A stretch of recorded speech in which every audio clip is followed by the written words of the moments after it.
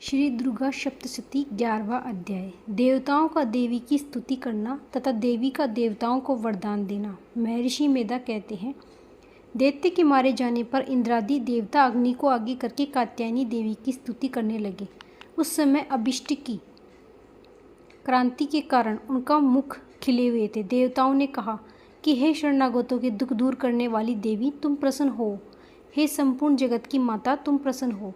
विद्येश्वरी, तुम विश्व की रक्षा करो, क्योंकि तुम इस चर और अचर की ईश्वरी हो। हे देवी, संपूर्ण जगत की आधार रूप हो, क्योंकि तुम पृथ्वी रूप से भी स्थित हो और अत्यंत पराक्रम वाली देवी हो। तुम विष्णु की शक्ति हो और विश्व की बीज परम माया हो, और तुमने ही इस संपूर्ण जगत को मोहित कर रखा है। तुम्हारे प्रसन्न होने पर ही यह पृथ्वी मोक्ष को प्राप्त होती है।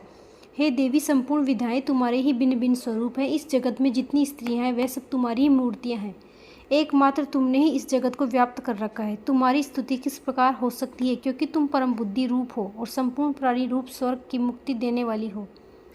अतः इस रूप में तुम्हारी स्तुति की गई है। तुम्हारी स्तुति के लिए इससे बढ़कर और क्या युक्तियां हो सकती हैं। संपूर्ण जनों के हृदय में बुद्धि रूप होकर निवास करने वाली, स्वर्ग तथा मोक्ष प्रदान करने वाली, हे नारायणी, तुमको नमस्कार। काला काष्ठा आदि रूप से अवस्थाओं को परिवर्तित करने ले जाने वाली, प्राणियों का अंत करने वाली नारायणी, तुमको नमस्कार। हे नारायणी, संपूर्ण मंगलों के मंगल रूप वाली, हे शिवे, हे संपूर्ण प्रयोजनों को सिद्ध करने वाली, हे शरणागत वत्सला, 3 नेत्रों वाली गौरी, तुमको नमस्कार। सृष्टि स्थित तथा संहारव की शक्ति भूता, सनातनी देवी, गुणों का आधार, सर्व सुखमयी नारायणी, तुमको नमस्कार। हे शरण में आए हुए शरणागतों, 3 दुखियों की रक्षा में तत्पर, संपूर्ण पीड़ाओं को हरने वाली, हे नारायणी, तुमको नमस्कार।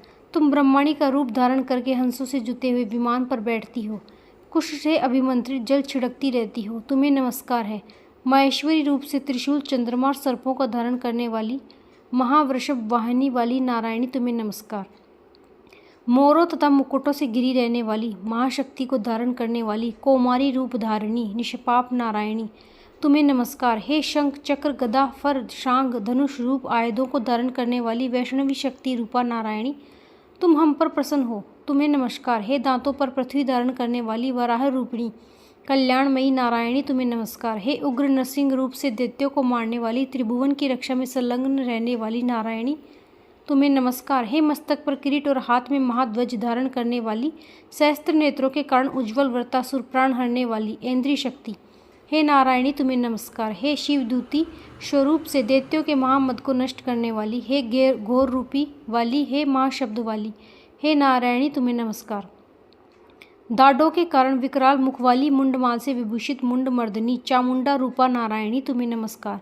हे लक्ष्मी, लज्जा, महाविद्या, श्रद्धा, पुष्टि, स्वधा, ध्रुवा, महारात्रि, महाविद्या रूपा नारायणी, तुमको नमस्कार। हे मदा, सरस्वती, सर्वोत्कृष्ट ऐश्वर्य रूपिणी पार्वती, महाकाली, नियंता, ईश्वर रूपिणी नारायणी, तुम्हें नमस्कार। हे स्वरूपिणी, हे कात्यायनी, तीनों नेत्र से भूषित, यह तेरा सौम्य मुख सब तरह के डरों से हमारी रक्षा करे, तुम्हें नमस्कार। हे भद्रकाली, ज्वालाओं के समान भयंकर, अति उग्र व संपूर्ण असुरों को नष्ट करने वाला तुम्हारा त्रिशूल हमें भय से बचावे, तुम्हें नमस्कार। हे देवी, जो अपने शब्द से इस जगत को पूरित करके दैत्यों के तेज को नष्ट करता है, वह आपका घंटा इस प्रकार हमारी रक्षा करे, जैसे कि माता अपने पुत्रों की रक्षा करती है। हे चंडिके, असुरों के रक्त और चर्बी से चर्चित जो आपकी तलवार है, वह हमारा मंगल करे, हम तुमको नमस्कार करते हैं। हे देवी, तुम जब प्रसन्न होती हो तो संपूर्ण रोगों को नष्ट कर देती हो, और जब रूठ जाती हो तो संपूर्ण वांछित कामनाओं को नष्ट कर देती हो, और जो मनुष्य तुम्हारी शरण में जाते हैं उन पर कभी विपत्ति नहीं आती, बल्कि तुम्हारी शरण में गए हुए मनुष्य दूसरों को आश्रय देने योग्य हो जाते हैं। अनेक रूपों से बहुत प्रकार की मूर्तियों को धारण कर इन धर्मद्रोही असुरों को तुमने संहार किया है, वह तुम्हारे सिवा कौन कर सकता था। 14 विद्याएं, 6 शास्त्र और 4 वेद तुम्हारे ही प्रकाश से प्रकाशित हैं, उनमें तुम्हारा ही वर्णन है। और जहाँ राक्षस, विषैले, सर्प, शत्रुगण हैं, वहाँ और समुद्र के बीच में तुम साथ रहकर इस विश्व की रक्षा करती हो। हे विश्वेश्वरी, तुम विश्व का पालन करने वाली विश्व रूपा हो, इसलिए संपूर्ण जगत को धारण करती हो, इसलिए ब्रह्मा, विष्णु, महेश की वंदनीय हो। जो भक्तिपूर्वक तुमको नमस्कार करते हैं वह विश्व को आश्रय देने वाले बन जाते हैं। हे देवी, तुम प्रसन्न हो और असुरों को मारकर जिस प्रकार हमारी रक्षा की है, ऐसे ही हमारे शत्रुओं से सदा हमारी रक्षा करो। संपूर्ण जगत के पाप नष्ट कर दो। पापों तथा उनके फल स्वरूप होने वाली महामारी आदि बड़े बड़े उपद्रवों को शीघ्र ही दूर करो। विश्व की पीड़ा को हरने वाली देवी, शरण में पड़े हुए प्रसन्न हो। त्रिलोक निवासियों की पूजनीय परमेश्वरी, हम लोगों का वंदन कर दो। देवी ने कहा, हे देवताओं, मैं तुमको वर देने को तैयार हूँ। आपकी जैसी इच्छा वैसा वर मांगो, मैं तुमसे दूंगी। देवताओं ने कहा, हे सर्वेश्वरी, त्रिलोकी निवासियों की समस्त पीड़ाओं को तुम इसी प्रकार हरती रहो और हमारे शत्रुओं को इसी प्रकार नष्ट करती रहो। देवी ने कहा, वे वैवस्वत मनवंतर के 28वें युग में 2 और महाअसुर शुभ और निशुभ उत्पन्न होंगे। उस समय मैं नंद गोप के घर से यशोदा के गर्भ से उत्पन्न होकर विंध्याचल पर्वत पर शुभ और निशुभ का संहार करूंगी। फिर अत्यंत भयंकर रूप से पृथ्वी पर अवर्तनीय होकर मैं विप्रचित नामक दानवों का नाश करूंगी। उन भयंकर महाअसुरों को भक्षण करते समय मेरे दांत अनार पुष्प के समान लाल होंगे। इसके पश्चात स्वर्ग में देवता और पृथ्वी पर मनुष्य मेरी स्तुति करते हुए मुझे रक्त दंतिका कहेंगे। फिर जब 100 वर्ष तक वर्षा नहीं होगी तो मैं ऋषियों की स्तुति करने पर आयोनिजा नाम से प्रकट होऊंगी और अपने 100 नेत्रों से ऋषियों की ओर देखूंगी। अतः मनुष्य शताक्षी नाम से मेरा कीर्तन करेंगे। उस समय मैं अपने शरीर से उत्पन्न हुए प्राणों की रक्षा करने वाले शार्कों द्वारा सब प्राणियों का पालन करूंगी और तब इस पृथ्वी पर शाकंभरी के नाम से विख्यात होंगी। इस तरह अवतार में दुर्ग नामक महाअसुर का वध करूंगी और इससे मैं दुर्गा देवी के नाम से प्रसिद्ध होऊंगी। इसके पश्चात जब मैं भयानक रूप धारण कर हिमालय निवासी महर्षियों की रक्षा करूंगी, तब भीमा देवी के नाम से मेरी ख्याति होगी। जब फिर अरुण नामक असुर तीनों लोगों को पीड़ित करेगा, तब मैं असंख्य भ्रमरों का रूप धारण करके उस महादैत्यों का वध करूंगी। तब स्वर्ग में देवता और मृत्युलोक में मनुष्य मेरी स्तुति करते हुए मुझे भ्रामरी नाम से पुकारेंगे। इस प्रकार जब जब पृथ्वी राक्षसों से पीड़ित होगी, तब तब मैं अवृत होकर शत्रुओं का नाश करूंगी। 11वां अध्याय समाप्त।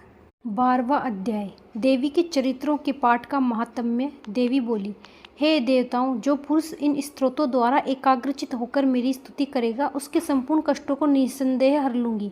मधुकैटभ के नाश, महिषासुर के वध और शुंभ निशुभ के वध की जो दिन मनुष्य कहेंगे, मेरे महात्म्य को अष्टमी, चतुर्दशी, नवमी के दिन एकाग्रचित से भक्तिपूर्वक सुनेंगे, उनका कभी कोई पाप न रहेगा।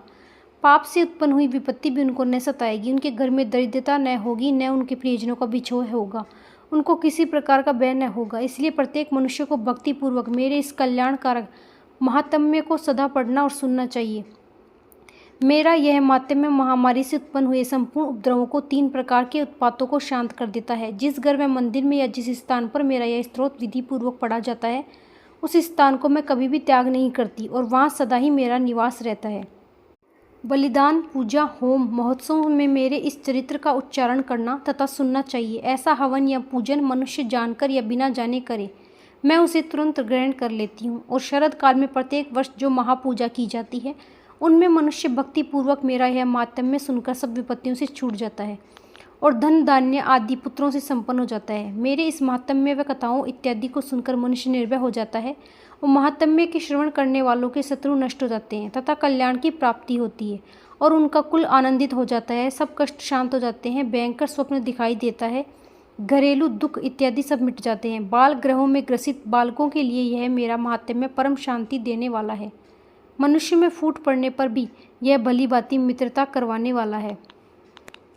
मेरा यह महात्म्य मनुष्य को मेरी जैसी सामर्थ्य की प्राप्ति कराने वाला है।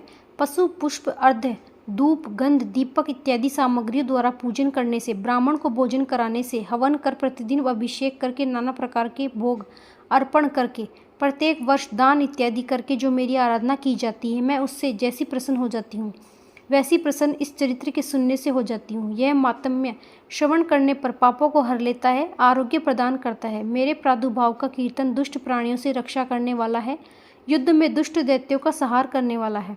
इसके सुनने से मनुष्य को शत्रुओं का भय नहीं रहता। हे देवताओं, तुमने जो मेरी स्तुति की है अथवा ब्रह्मा जी ने जो मेरी स्तुति की है, वह मनुष्य को कल्याण में बुद्धि प्रदान करने वाली है। वन में सूने मार्ग में अथवा दावानल से घिरे जाने पर, वन में चोरों से घिरा हुआ या शत्रुओं द्वारा पकड़ा हुआ, जंगल में सिंहों से, व्याघ्रों से या जंगली हाथियों द्वारा पीछा किया हुआ, राजा के क्रुद्ध हो जाने पर, मारे जाने के भय से, समुद्र में नाव के डगमगाने से, भयंकर युद्ध फंसा होने पर, किसी भी प्रकार की पीड़ा से पीड़ित, घोर बाधाओं से दुखी हुआ मनुष्य मेरे इस चरित्र को स्मरण करने से संकट से मुक्त हो जाता है। मेरे प्रभाव से सिंह, चोर, शत्रु इत्यादि दूर भाग जाते हैं और पास नहीं आते। महर्षि ने कहा। प्रचंड पराक्रम वाली भगवती चंडिका यो कहने के पश्चात सब देवताओं के देखते ही देखते अंतर्ध्यान हो गई और संपूर्ण देवता अपने शत्रुओं के मारे जाने पर पहले की तरह यज्ञ भाग का उपभोग करने लगे और उनको अपने अधिकार फिर से प्राप्त हो गए तथा युद्ध में देवताओं के शत्रुओं शुभ निशुभ के देवी के हाथों मारे जाने पर बाकी बचे हुए राक्षस पाताल को चले गए। हे राजन, इस प्रकार भगवती अंबिका नित्य होती हुई भी बार बार प्रकट होकर इस जगत का पालन करती है, उसको मोहित करती है, जन्म देती है, प्रार्थना करने व समृद्धि प्रदान करती है। हे राजन, भगवती ही महाप्रलय के समय महामारी का रूप धारण करती है और वही संपूर्ण ब्रह्मांड में व्याप्त है और वही भगवती समय समय पर महाकाली महामारी का रूप बनाती है। स्वयं अजन्मा होती हुई भी षष्ठी के रूप में प्रकट होती है। वह सनातनी देवी प्राणियों का पालन करती है। वही मनुष्य अभ्युदय के समय घर में लक्ष्मी का रूप बनाकर स्थित हो जाती है तथा अभाव के समय दरिद्रता बनकर विनाश का कारण बन जाती है।